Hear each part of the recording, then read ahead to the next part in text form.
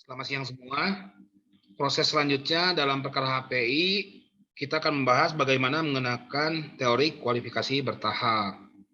Coba kita buka buku halaman 106, buku dasar hukum perdata internasional, Bayu Seto Hajo Wahono. Nah, izin share ya, sebentar. Nah, kita masuk ke teori kualifikasi bertahap. Jadi, di buku dijelaskan bahwa teori ini dikembangkan oleh Adolf Nizar, Swiss, dan didukung juga dalam pandangan Profesor Cesire.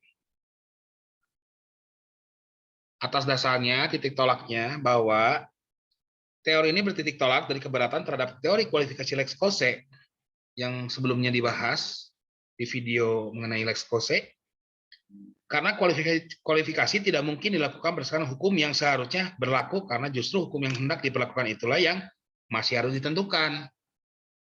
Jadi menurut pendapat dia, bagaimana kita bisa menggunakan teori Lex Kose, sedangkan Lex Kose-nya saja masih dicari. Begitu, ini titik tolaknya adanya kualifikasi bertahap. Nah, kualifikasi bertahap dilakukan, ini adalah tahap 1 dan tahap 2. Tahap satunya yaitu kualifikasi tahap pertama disebut juga kualifikasi Elston Grades. Kualifikasi ini dijalankan pada saat hakim harus menemukan kaidah HPI atau choice of law-nya dari Lex Fori-nya, dari forum, yang akan digunakan untuk menentukan titik taut penentu. Kualifikasi ini dilakukan dalam rangka menetapkan Lex Cause. Itu pertamanya. Kualifikasi pada tahap ini harus dilaksanakan berdasarkan kualifikasi Lex Fori. Proses kualifikasi dilakukan dengan mendasarkan diri pada sistem kualifikasi intern yang dikenal pada Lex Fori. Itu tahap kualifikasi tahap pertama. Kemudian tahap kedua disebut juga kualifikasi Sweeten Grades. Kualifikasi ini dijalankan setelah Lex Kose ditetapkan, dan dalam rangka menetapkan kategori kaidah atau aturan hukum intern apa dari Lex Kose yang akan digunakan untuk menyelesaikan perkara. Kualifikasi pada tahap ini harus dijalankan berdasarkan sistem kualifikasi intern yang dikenal pada Lex Kose.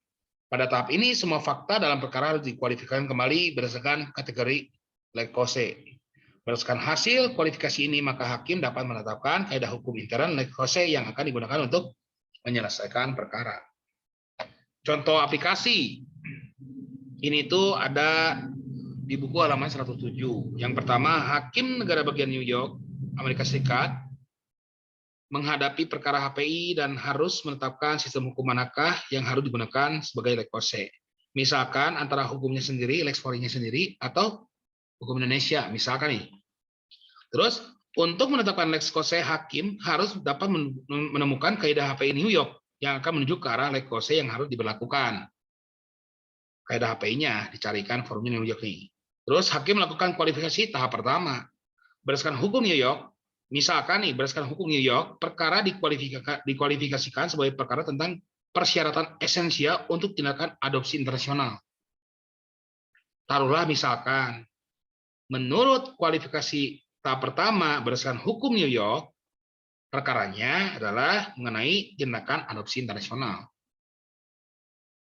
Nah, setelah hakim menyadari itu, hakim akan menetapkan kaidah HPI New York yang dianggap relevan untuk perkara itu.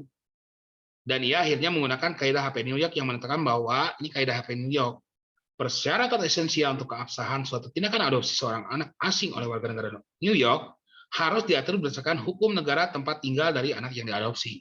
Jadi dalam kasus ini ada seorang anak Indonesia atau anak WNI yang diadopsi di New York. Gitu.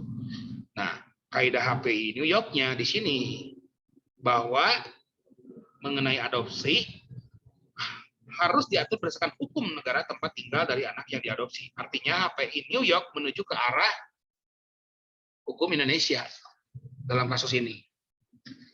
Kemudian, jadi pada tahap pertama ini hakim telah menemukan Lex Kose-nya dari perkara yaitu menggunakan hukum Indonesia.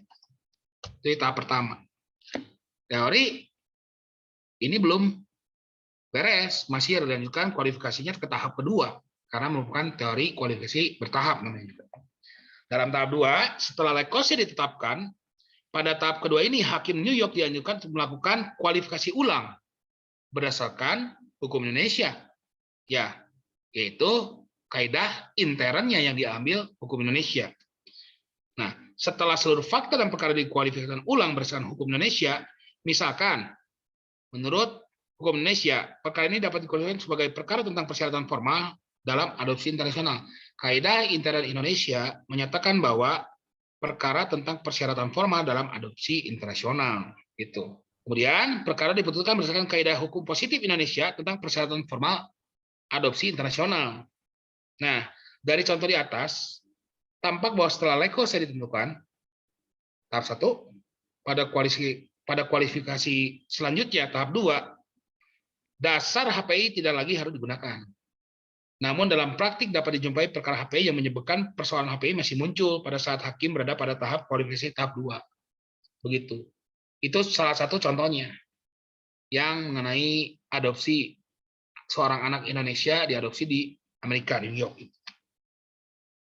Kemudian kita akan coba masuk ke contoh selanjutnya di buku di halaman 108. Ya, itu ada seorang warga negara Swiss yang berdomisili terakhir dan meninggal dunia di Inggris. Jadi domisilinya di Inggris. Dia lex patrienya Swiss, lex domisilinya di Inggris sampai dia meninggal. Pewaris meninggalkan sejumlah harta peninggalan berupa benda-benda di Perancis serta sejumlah benda-benda bergerak di Swiss dan Inggris. Para ahli waris semuanya adalah warga negara Swiss yang berdomisili di Swiss dan perkara pembagian warisan ini diajukan di pengadilan Swiss. Forumnya pakai forum Swiss. Dari contoh soal tersebut, ada fakta hukumnya. Beberapa fakta hukum, yaitu pertama berdasarkan hukum intern Swiss. Berdasarkan kaidah intern Swiss, masalah pembagian harta tetap atau bergerak dari seorang yang telah meninggal dunia akan dikualifikasikan sebagai masalah pewarisan. Itu menurut kaidah intern Swiss. Hal ini di Swiss menggunakan sistem pewarisan yang menyatu tanpa memisah-misahkan pewarisan benda tetap atau benda bergerak. Tidak terlepas dari benda bergerak atau benda tetap, jadi disatukan kalau menurut kaidah intern Swiss. Nah, sedangkan menurut kaidah intern Inggris, masalah pembagian harta tetap dari seorang yang telah meninggal dunia akan dikualifikasikan sebagai pewarisan benda tetap. Masalah pembagian harta bergerak, seorang yang telah meninggal dunia akan dikualifikasikan sebagai masalah pewarisan benda bergerak. Kalau menurut Inggris, kaidah intern Inggris, benda bergerak dan benda tetap dipisahkan, nggak bisa disatukan. Nah, dalam kasus ini juga ada kaidah HPI Swiss. Kaidah HPI Swiss, hukum yang dipergunakan untuk menyelesaikan masalah pewarisan adalah hukum dari domisili terakhir dari pewaris. Bagaimana penyelesaian perkaranya?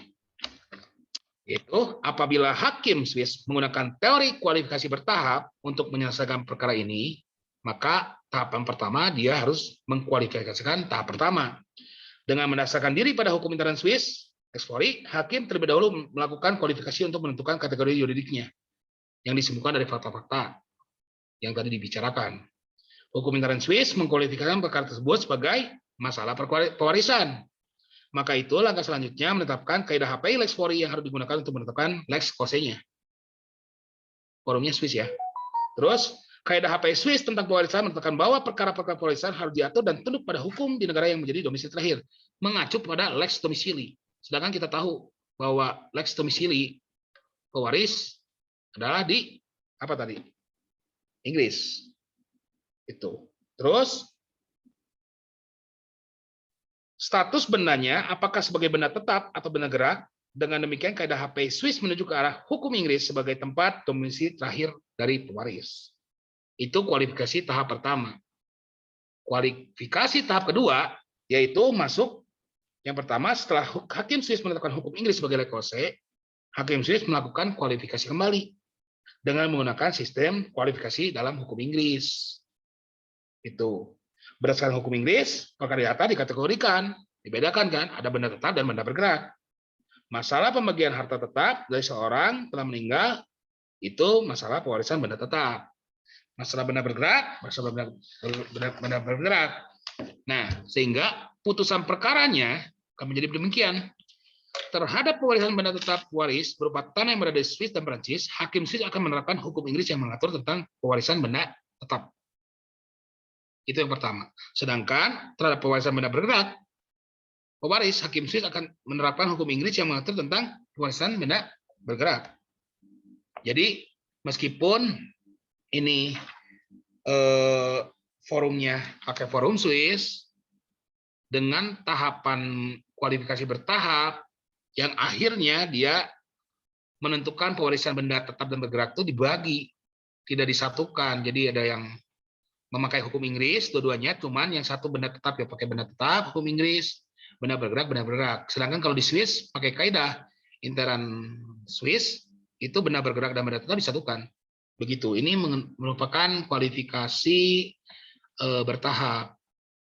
Jadi kiranya bisa teman-teman bisa baca di buku ya, cukup jelas kalau di buku sampai halaman 110.